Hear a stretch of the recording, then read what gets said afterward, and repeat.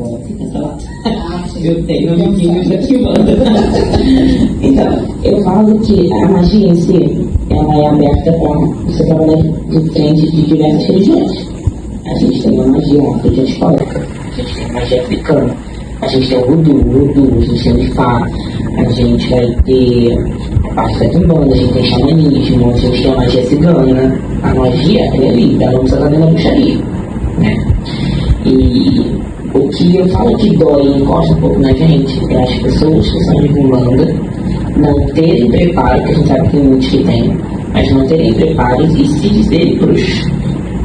Isso que dá uma encostada na gente, porque eu falo que a bruxaria não é, por mais que a gente tenha a bandeira dos filósofos religiosos que falam que a bruxaria é uma filosofia de vida, e falam que filosofia qualquer coisa pode ser, né? Mas a gente tem a bruxaria muitas vezes, o paganismo, ele é uma religião, ele é o que a gente acredita, ele tem uma visão de equilíbrio da natureza, de cultura, de como tratar o próximo, de como lidar perante os problemas.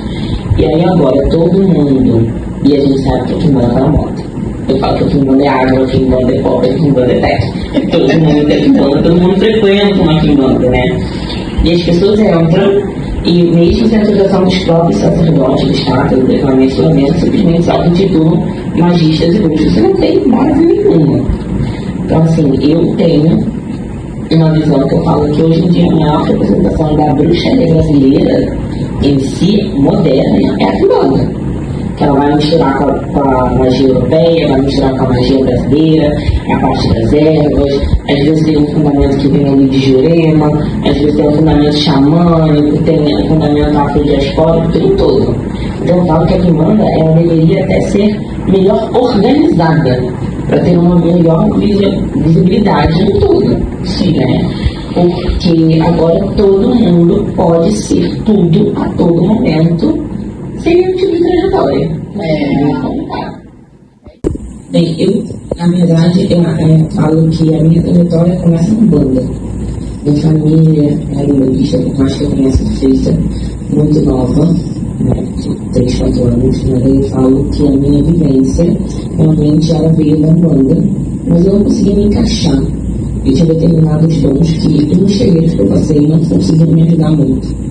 Eu falo que o que me levou à bruxaria foi o dom infame de ter passado, que eu achava horrível, apavorante. As pessoas não desejam isso. Porque quando eu passava em ambientes históricos, eu vi o que tinha acontecido. Caramba. Mas isso começou quando eu tinha uns 7 anos de idade. Então isso é apavorante. Eu morava em Santa Teresa. E com isso, eu simplesmente, centro da cidade, lugar 100% histórico, era um filme de terror. Então eu passo a procurar ainda na internet de escada, né? Começar a catar tudo e começo a procurar sobre visão, vidência e tudo mais.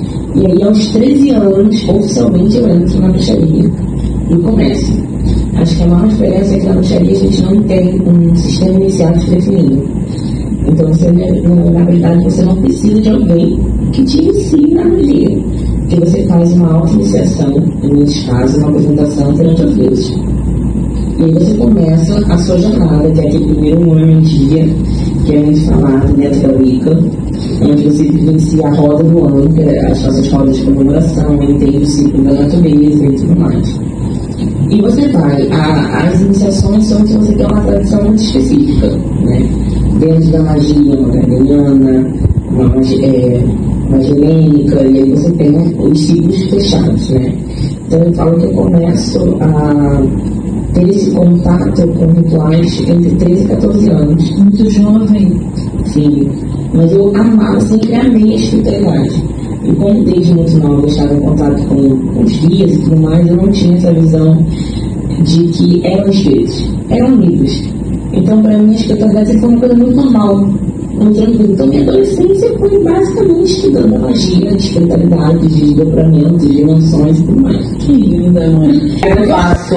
A gente tem as nossas ritualísticas, né? Quando a gente vai fazer tanto para alguma divindade, para algum daimon. A gente tem as nossas giros de magia, que a gente faz, as nossas giros que eu falo são giros em tema, por exemplo, o Giro das Almas, como a gente teve com um banquete de Orobas, onde a gente recebeu todo o povo das almas, do cais, da caluga grande, da caluga pequena, das almas benditas, das almas malditas. Todo aquele ser que se sentir conectado àquela energia e quiser passar, passa. A gente não tem só tipo de giras preto velho e tudo mais, que a gente faz essas giras amplas, porque a gente compreende que a espiritualidade, ela trabalha assim no mundo espiritual. Ninguém fica trabalhando num setor só. A gente sabe que todos os nossos guias, eles andam com todo mundo. E isso também eles deveriam ter esse direito de se expressar da forma como eles quiserem. Concordo. A gente tem os atendimentos oraculares na casa e a gente realiza todo tipo de trabalho.